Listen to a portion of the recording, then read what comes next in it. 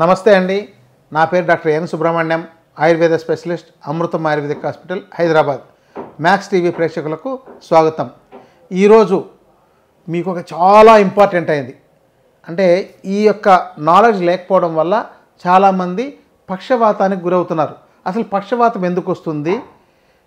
పక్షవాతం అంటే మీకు తెలుసు, ఒక కాలు చెయ్యి పడిపోవడం, అంటే ఒక one side, either left side కానీ ఇదర్ రైట్ సైడ్ కానీ పక్షవాతం వచ్చి పడిపోతే ఇంకా వాళ్ళ జీవితంలో కోలుకోరు. జీవితంలో ఒక్కసారి పక్షవాతం వస్తే మళ్ళీ పూర్తిగా రికవర్ అవ్వడం కష్టం. ఈ సత్యాన్ని మీరు తెలుసుకొని ఇది రాకుండా ఉండాలంటే ఏం చేయాలి, ఇది ఎందుకు వస్తుంది అనే దాన్ని మీరు బాగా అర్థం చేసుకోగలిగితే ఈ సమస్యను చాలా వరకు అధిగమించవచ్చు. నేడు పక్షవాతానికి గురవుతున్న వాళ్ళు 100లో 2-3 40 ఏళ్ళు దాటిన తర్వాత తప్పనిసరిగా అవుతున్నారు. ఇంకా 60 ఏళ్ళు దాటిన తర్వాత అయితే 5-6 మంది దాకా అవుతుండే పరిస్థితులు ఉంటున్నాయి. పక్షవాతం అంటే ఒకవైపు ఒక శరీరంలో మీకు ఒక భాగం, అంటే కుడివైపు కానీ ఎడమవైపు కానీ మీకు కాళ్ళు చేతులు సక్రమంగా పనిచేయలేక స్పర్శ కోల్పోవడం దగ్గర నుంచి, లేదంటే అవి పనిచేయకపోవడం, మీకు ఇది ఎక్స్పీరియన్స్ ఎవరైనా చూసే ఉంటారు, తెలిసే ఉంటుంది. ఏకాంగవాతం అనవచ్చు, పక్షవాతం. ఇది ప్రధానంగా బీపీ ఉండే వాళ్ళకి, షుగర్ ఉండే వాళ్ళకి, హార్ట్ ప్రాబ్లమ్స్ ఉండే వాళ్ళకి, కిడ్నీ ప్రాబ్లమ్స్ ఉండే వాళ్ళకి వచ్చే అవకాశాలు ఉన్నాయి. ప్రధానంగా బీపీతోనే 80% పక్షవాతం అనేది వస్తుంది. బీపీ అంటే రక్తపోటు, మీకు తెలిసిందే. చాలామంది దేశంలో కనీసం ఒక 30% మంది రోజు బీపీ ట్యాబ్లెట్లు వాడుకుంటున్నారు. ఈ భయంతోనే డాక్టర్లు కూడా మీరు వెళ్తే బీపీ ఉందో లేదో చెక్ చేసి వెంటనే మీరు బీపీ వచ్చేసిందండి, మీరు జాగ్రత్తగా ఉండండి, ఈ ట్యాబ్లెట్ రోజు వేసుకుంటే మీ బీపీ కంట్రోల్లో ఉంటుంది కాబట్టి ఇది వేసుకోవాలని చాలామందికి అలవాటు చేశారు. బాగానే ఉంది, అంటే వాళ్ళు చేసింది భవిష్యత్తులో మీకు సమస్య రాకుండా. మరి మీ బీపీ ఎందుకు వచ్చింది, మీ బీపీ ఎందుకు వస్తుంది, ఈ సత్యం తెలుసుకోవాలి. చాలామంది బీపీ ఎందుకు వస్తుందో తెలుసుకోవడం లేదు. కారణం ఏంటంటే దాని మీద అవగాహన లేకపోవడం. ఇక్కడ ఉన్న విషయం ఏంటంటే బీపీ రావడానికి ప్రధానమైన కారణం మీ శరీరంలో సరిపడినంత నీరు లేక తగ్గిపోవడమే. ఇది బాగా గుర్తుపెట్టుకోండి. ఎవరైతే వెళ్ళి బాగా పనిచేస్తుంటారో, కష్టపడి పనిచేస్తుంటారో, లేకపోతే ఏ పని చేస్తున్నా సరే మీరు సరిపడినంత నీళ్లు తాగకుండా ఆహారం మాత్రం తీసుకుంటుంటే, మీ సరిపడినంత నీరు లేనప్పుడు మీ యొక్క బ్లడ్ సర్క్యులేషన్, రక్త సరఫరా అనేది స్లో అవుతుంది, అంటే నెమ్మదిస్తుంది. రెండవది ఏంటంటే మీ బ్లడ్ సర్క్యులేట్ ఫ్రీగా అవ్వాలంటే మీ శరీరానికి సరిపడినంత నీరు ఉండాలి. ఆ నీరు లేనప్పుడు ఏమవుతుందంటే ఆ రక్తంలో నీరు సరిపడా లేక ఆ బ్లడ్ థిక్ అయిపోయి వాటి యొక్క ప్రసరణ జరగడం వల్ల బ్రెయిన్లో ఆ యొక్క రక్తనాళాలు చాలా సన్నగా ఉండడం వల్ల, ఆ బ్లడ్ థిక్ అయిపోవడం వల్ల సరిగా ఫ్లో జరగకపోతే, దానివల్ల అక్కడ సరిపడినంత సప్లై లేకపోయినప్పుడు కానీ, లేకపోతే దాని మీద ఒత్తిడి పెరిగినప్పుడు, ఆ బ్లడ్ ఫ్లో మీద ఒత్తిడి పెరిగినప్పుడు బీపీ పెరుగుతుంది. మీరు చూడండి, ఎవరికైనా సరే బీపీ పెరిగిందని అంటే వెంటనే బీపీ తగ్గడానికి ట్యాబ్లెట్లు వేయొద్దు, వాళ్ళకి ముందు సరిపడినంత నీళ్లు తాగించండి. చాలామందికి ఈ మధ్య ఒక పరిశోధన ఏంటంటే 8th క్లాస్ 9th క్లాస్ చదువుతున్న పిల్లలు, అంటే 14-15 ఏళ్ళ వయసు ఉండే పిల్లల్ని స్కూల్లో వెళ్ళి వాళ్లకు బీపీ ఎంత ఉంటుంది అని చెక్ చేస్తే దాంతో 100లో 15 మంది దాకా బీపీ ఎక్కువ, ఉండాల్సిన దానికన్నా ఎక్కువ ఉంటుంది.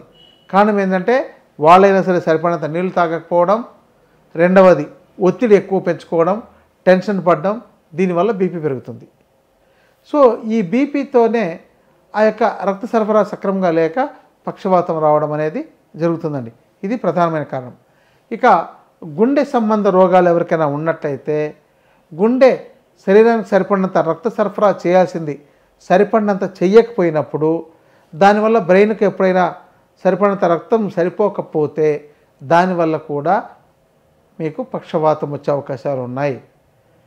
ఇక మూడవది, కిడ్నీ అనేది మన రక్తాన్ని బాగా ఫిల్టర్ చేస్తుంటుంది. ఆ కిడ్నీలో ఏదైనా సమస్య వస్తే దానిని కూడా మీరు సరిగా చికిత్స చేయకుండా, ఎందుకంటే సరిగా యూరిన్ పోవడం ఎలాగో తెలియదు చాలామందికి. ఎప్పటికప్పుడు నీళ్లు సరిపడా తాగుతుండాలి, యూరిన్ వస్తే వెళ్ళిపోతుండాలి, దాన్ని కూడా ఆపుకుంటుంటారు. ఎక్కువసేపు యూరిన్ ఆపుకోవడం వల్ల కూడా మనకు కిడ్నీ మీద ఒత్తిడి పెరిగి దానివల్ల మన శరీరం మీద బీపీ పెరగడానికి, ఆ తర్వాత మళ్ళీ ఈ పక్షవాతం లాంటివి రావడానికి కూడా కారణాలు అవుతాయి. కాబట్టి మీరు మూత్రాన్ని ఆపకుండా ఎప్పటికప్పుడు వచ్చినప్పుడు దాన్ని విసర్జిస్తుండాలి. ఇవి పక్షవాతంలో ప్రధానంగా ఉండేది. ఇక ఇతర అనారోగ్య సమస్యలు సరిపడినంత ఇమ్యూనిటీ లేకపోవడం, రక్తం సరిపడినంత లేకపోయినా కూడా ఈ అవకాశాలు ఉంటాయి.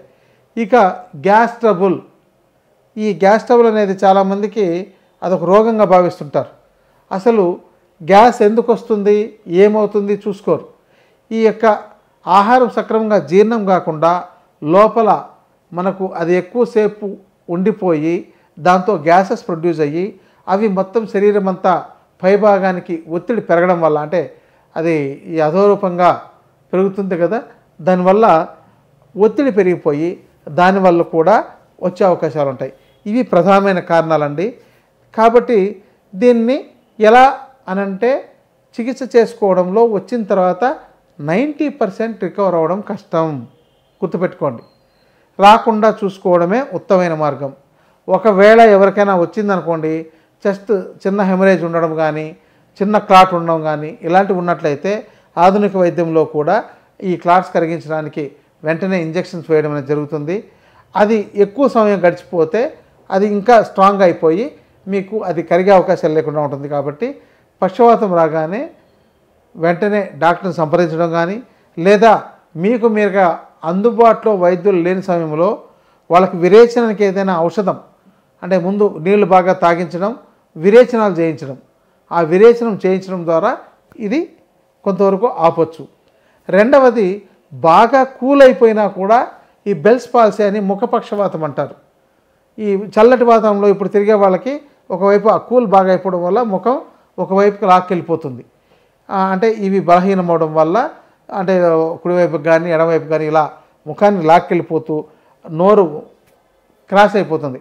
అంటే వాళ్ళు నీటిని నోట్లో పోసుకొని ఇలా పుక్కిలిస్తే లీక్ అయిపోతుంటుంది. కంటిని పూర్తిగా మూయలేకుండా పోతుంటారు.